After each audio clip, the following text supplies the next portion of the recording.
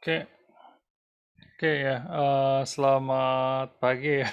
Ini saya sambil ngikutin conference juga masih hari ini terakhir. Jadi mungkin agak ini ya, agak sebentar ya hari ini ya. Apa namanya perkuliahannya ya. Dan nanti yang belum hadir bisa nonton rekamannya ya. Oke, ya. Jadi apa namanya di materi ini ya tentang data crawling ya.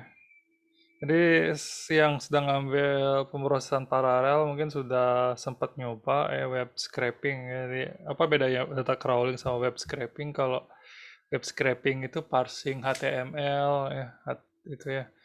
Jadinya itu saja ya. Tapi kalau misalnya apa namanya web crawling itu menelusuri URL pada web secara keseluruhan ya. Jadinya mencatat web mana yang udah dikunjungi sama belum, terus menelusuri semua gitu ya, kurang lebih seperti itu. Dan data crawling biasanya berlangsung secara berkala dan terus-terusan. Makanya di sini juga kemarin ada yang nanya apa bedanya yang streaming sama yang biasa. Kalau yang biasa itu sekali jalan, kalau streaming itu jalan terus-terusan. Nanti nyimpan dia berupa file teks gitu ya di sana ya. Nah, itu ada contohnya di sana ya. Kalau mau nyimpan di teks gimana gitu. Kalau streaming tampilin di layar aja dia gitu ya. Tapi kalau misalnya kita mau nampilin berupa apa namanya teks itu ada caranya gitu ya misalnya. Itu sudah ada di apa namanya scriptnya juga ya. Ada dua ya bisa pakai Tweepy ada bisa pakai BS4 gitu ya sana ya. Jadi yang Tweepy ada streamingnya juga ya. BS4 juga bisa kita bikin streaming misalnya menggunakan while true gitu ya. Kalau di Python sederhana ya. Jadi di sini juga ada dua tantangan. Ya, tantangan pertama upload bukti ya developer API ya. Jadinya bisa didaftar dulu ya kalau udah berhasil terdaftar dapat poin 30 ya lumayan untuk nambah nilai buat UTS UAS ya. Tantangan kedua membuat URL frontier ya untuk mendownload apa namanya halaman dari suatu URL ya semua URL yang ada di sana tuh diikutin gitu ya sana ya. Seperti itu ya jadinya silakan dikerjakan ya. Penjelasan video sudah ada di masing-masing ya. Oke, ada pertanyaan kira-kira tentang materi data crawling ya?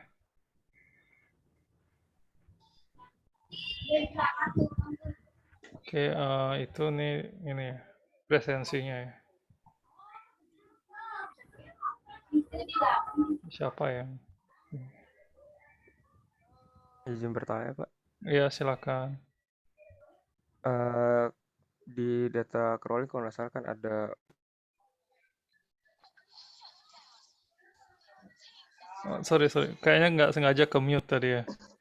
Tadi yang mau yang nge-mute yang Oh ini. iya, Pak. Ya, silakan lagi ya. Di data crawling kan kalau nggak salah di slide-nya tuh ada BFS dan DFS. Nah, kalau di web scraping kan nggak ada. Nah, maksudnya kenapa di data crawling itu kita pakai pencarian itu, Pak? Ya, Sedangkan di web scraping kan. kalau web scraping kan satu halaman ini aja loh yang namanya web scraping gitu ya. Itu halaman ini. Kalau apa namanya web crawling itu seluruh website itu gitu ya. Halaman apa aja yang kita ikutin gitu. Jadinya gini misalnya berajah nih gitu ya. Kita mau mulai dari halaman ini gitu ya. Halaman umum dulu ya, yang frontnya atau dari halaman yang khususnya dulu gitu ya. Jadi misalnya gini, yang apa namanya yang berbasis deep itu misalnya kita pengen nyari topik tentang big data gitu. Kita cari dulu halaman yang apa namanya big data banget gitu misalnya ya. Jadinya biasanya di satu halaman itu kan kalau kita buka detik atau apa kan kalau kita buka satu berita berita terkait tuh keluar ya dari sana kita dapat URL yang lain gitu ya. Kalau web scraping itu satu halaman itu aja, tapi kalau misalnya web crawling itu mencatat halaman mana yang udah dikunjungi dan belum dikunjungi, jadinya nanti untuk mendapatkan banyak halaman itu jadinya web scraping itu bagian dari web crawling gitu ya kurang lebih ya. Itu. Jadi dari sana mau mulai dari halaman umum mencari ini gitu ya. Termasuk ini ya misalnya dari halaman satu berita atau halaman kategori berita itu juga banyak tingkatannya gitu ya di sana ya. Itu barangkali ya. Baik, terima kasih Pak. Ya, oke ya itu ya. Itu di sini ya. Dia mau dari sininya atau dari umumnya gitu ya sana ya. Strateginya ya. Depth first atau ini ya. Breadth first ya yang paling menyebar dulu atau ini ya. Apa namanya seperti kekurangan-kekurangannya ada. Itu semua ini berbasis graf juga gitu ya. Jadi graf juga, jadi kita bisa bikin graf antar halamannya, hubungan antar halamannya. Halaman ini bisa ke sini, ke sana, dan sebagainya gitu ya. Sana. Ya, makanya kan sekarang juga situs berita tricky juga gitu ya untuk banyak dapat iklan gitu kan ya. Jadinya satu data itu bisa digoreng sampai jadi 10 berita kayak gitu kan ya. Semua informasinya sama, beda dikit-dikit aja gitu ya misalnya. Jadinya apa namanya yang paragraf terakhir di satu berita jadi paragraf pertama di berita lainnya gitu kan ya. Pada berita sebelumnya bla bla bla bla bla gitu sebenarnya kayak gitu. Padahal itu ngambil datanya barengan gitu misalnya. Ya, itu ya jadinya kalau kemarin saya ini ya ikut conference-nya apa namanya Unsud ya. Unsud itu banyak ya topik tentang ini ya. Tentang apa namanya web crawling ini banyak ya. Tentang situs berita terus juga apa namanya lain-lainnya gitu ya. Situs berita terus tentang data ini ya kesehatan gitu atau data tentang jurnal ilmiah gitu banyak ya di sana ya. Cara. Ya. Jadi membuat web crawler sendiri bisa jadi penelitian sesendiri ya tanpa adanya text classification dan lain-lain. Itu ya salah ya. Ini apa namanya? Saya kebetulan lagi bikin tentang ini juga ya. Apa namanya? Ini bisa kalian ikutin juga. Ya ini yang saya nggak tahu siapa yang saya harus mute ini ya. Yang suara TV-nya kedengeran ini. Ini kayaknya ya. Oke, pas sekarang. Nggak salah mute ya. Oke, itu ya, jadi bisa kita ini ya. Ini bisa kalian coba-coba juga cari di halaman GitHub-nya saya gitu ya. Seperti itu. Itu ya, jadinya apa namanya? Banyak ya bisa gitu. Ya, saya lagi nyoba bikin library sendiri untuk ini apa namanya? Yang gini biar nggak usah pakai ini library ini yang sebenarnya yang kita perlukan kan sebenarnya daftar kata aja kayak gitu misalnya gitu ya. Itu ya ini ya kadang kan kita download NLTK toolkit gitu besar banget gitu ya sampai giga. Ya, intinya tanpa tanpa melakukan pemrosesan teks juga bikin web crawler aja untuk apa ya untuk mencatat halaman apa aja yang ke download itu aja jadi penelitian dan itu penelitian tingkat dosen gitu ya seperti itu ya. eh itu ya di sini ya kalau di kampus lain ya itu ya emang unik-unik sih ini ya. Oke, itu ya. Jadi silakan dicoba-coba ya. Ini apa namanya saya juga lagi ngerjainnya pakai Raspberry Pi gitu ya biar ada hubungan sama IoT juga gitu. Jadinya membuat web crawling berbasis tenaga surya gitu kan ya. Itu lagi saya kerjain jadinya apa namanya? Lumayan ya gitu. Komputer yang nyala 24 jam ya. Tapi nggak kena tagihan listrik kan lumayan. Oh ya kayak gitu ya sini. Adanya itu juga ya. Kenapa pakai Raspberry Pi bukan pakai server yang besar ya? Karena biaya listriknya murah ya. Dan komputasinya tidak perlu komputasi yang tinggi untuk mengerjakan itu. Gitu. Kenapa laptop kita bisa lebih lambat daripada Raspberry Pi yang RAM-nya cuma 1 GB? Ya karena ada graphical user interface-nya gitu ya.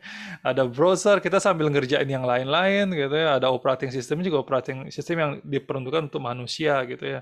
Kalau misalnya Raspberry Pi kita install OS yang nggak ada GUI-nya gitu, murni berbasis teks ya jauh lebih ringan dengan resource yang lebih kecil gitu ya, kecil. Seperti itu ya, itu kan teknis banget itu, dan itu masuk ranah penelitian juga gitu ya, dari awal nginstal OS-nya, nginstal ininya gitu ya, macam-macam ya. Sama kayak nginstal simulator gitu kan misalnya itu. Jadinya itulah masalah teknis tuh juga bisa masuk di sana gitu ya, apalagi gini kan ya, masih apa namanya, pengujian alatnya gitu misalnya gitu. Jadinya itu ya macam-macam, macam-macam sebenarnya, luas banget kalau kita mau ngambil topik penelitian ya dari web crawling ini gitu kan ya, misalnya itu. Jadi kan kalau apa ya, sosmed itu juga ya, ini misalnya Twitter ini juga apa namanya, bisa digunakan untuk ngepost, sorry, nge-tweet ya, nge-tweet bukan hanya mendownload tweet tapi juga nge-tweet bisa ya. Jadinya bisa kita bikin bot untuk tweet gitu ya, misalnya ya, dipakai untuk perang tagar gitu ya, jangan gitu, itu nggak bagus ya. Jadinya supaya tagarnya trending, kita nyepam pakai bot gitu. Makanya ini ya, banyak yang dari Indonesia ditolak sekarang jadi developer ya, karena banyak yang nyepam gitu ya. Padahal tujuan baiknya banyak ya, misalnya mau menggunakan untuk sebagai customer service gitu ya misalnya ya.